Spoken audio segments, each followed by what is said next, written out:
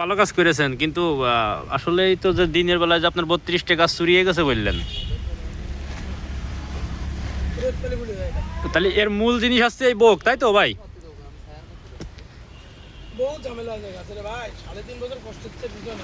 3.5 বছর এই একটা গাছের পিছনে এই পুরো ক্ষেতটা ধরে প্রায় 4.5 লাখ টাকা খরচ হবে।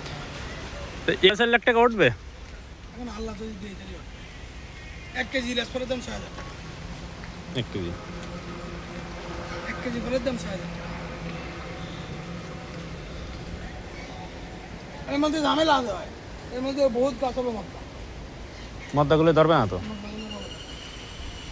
আর এই গাছ কতদিন স্থায়ী হবে? 12 বছর পর্যন্ত ফলবে। 12 বছর। এই কি এই ঝাড়টার বড় হবে আরো পিছু উপর উঠবে?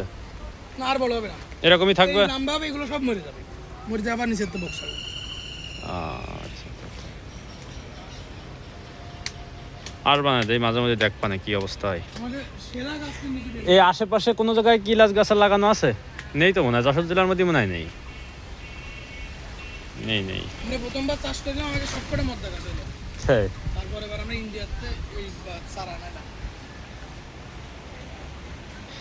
চারা কত করে নিয়েছিল? চারা 2,000 টাকা পিস।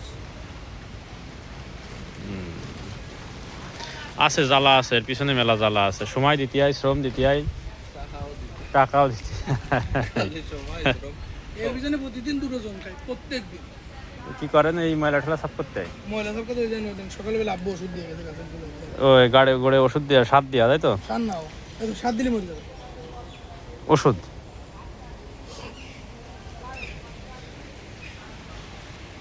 হাঁটেন।